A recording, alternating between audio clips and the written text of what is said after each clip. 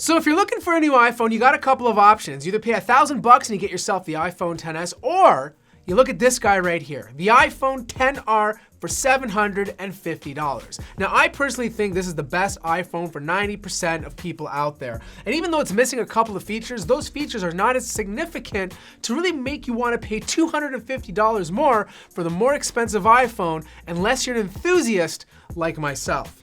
Now, here's the thing. The design is absolutely awesome. In fact, I actually prefer this size compared to the iPhone XS Max.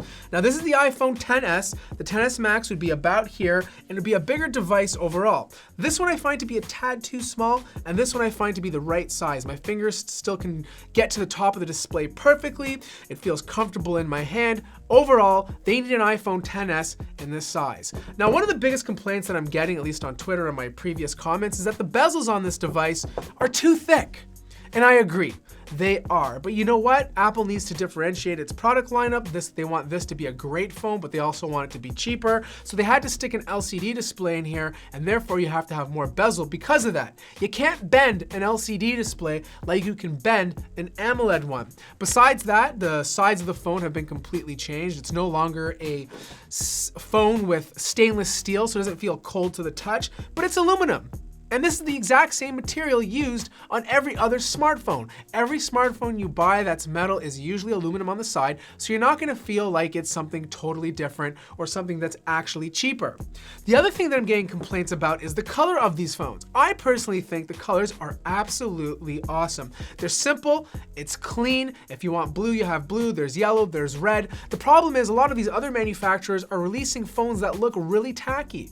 As cool as Twilight may look to some people, to me, it's a very tacky option. There's like green, emerald, purple, nurple. Like, these colors are just very tacky. The biggest controversy has to be the display. In my previous unboxing, I said I didn't like it, and it still holds true. It's not my favorite display, but you have to understand something.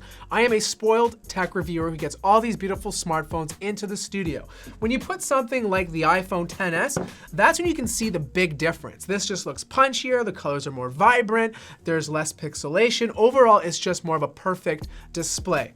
But if you're someone coming from an iPhone 8, an iPhone 7, you're gonna feel right at home. It has the same color accuracy, it has the same vibrancy. Overall, it's a beautiful LCD panel. It's still 828 pixels, 326 pixels per inch. It's your typical Apple LCD. The only time you really notice the pixelation is when you're reading text, specifically on a white background. So as long as you keep your phone away from your buddy's AMOLED panels, you're gonna love the display. The other comment was 3D touch. A lot of you guys are saying, oh my God, not buying this phone, no 3D touch, not worth it. But quite frankly, how often do you really use it? The only time that I personally use it is to scroll around when I'm typing something on the keyboard. But you can actually do that with the spacebar regardless. I mean, besides that, there haven't been a situation where I ran into and be like, oh my God, I wish I had 3D touch here. Life would be so much different. So I really don't think that's a big deal. The other thing is you get 3 GB of RAM instead of 4, and this is using a lower res display, therefore it doesn't require as much memory to pump out more pixels. And the last thing, IP67 instead of IP68. It's still water resistant. If I was Apple building a more budget-friendly phone, I probably wouldn't even included it. So I'm quite happy to see it still on this device. Now, quite frankly, this is still a premium smartphone, and the few things that you are losing, you're still pretty much getting everything else the iPhone XS and XS Max have. It still has the same powerful A12 chip, which is by far ahead of any other OEM out there. Snapdragon, Kirin chips are not even close to what this chip can do. The million-dollar question, is this a budget iPhone? No, it's not. But you have to understand something. Apple doesn't make budget products. And if you want a cheaper device, you have to look at something that's older, like an 8 or an 8 Plus. Now, there's a bunch of you out there who are gonna write in the comments right now, why would you buy this phone and instead you can get the OnePlus 6T? Because it's like $300 cheaper. Well, it's Android. A lot of people don't want to use Android. You buy a Mac because of Mac OS. You buy an iPhone because of iOS. Those are the reasons people are willing to pay more for a product. But yes, you're correct. If you're comparing just specs, the differences are huge, especially compared to the amount of money you're paying for a product. Now, at the end of the day, This phone is for 90% of people out there. If you're a tech enthusiast or someone who's really hardcore and specific about their device, you're gonna gravitate towards the XS. I want the better display. So for me, that's what I'm gonna get. But the second lens, having slightly less memory and maybe a screen that's not as good is really not a big deal for the majority of people out there.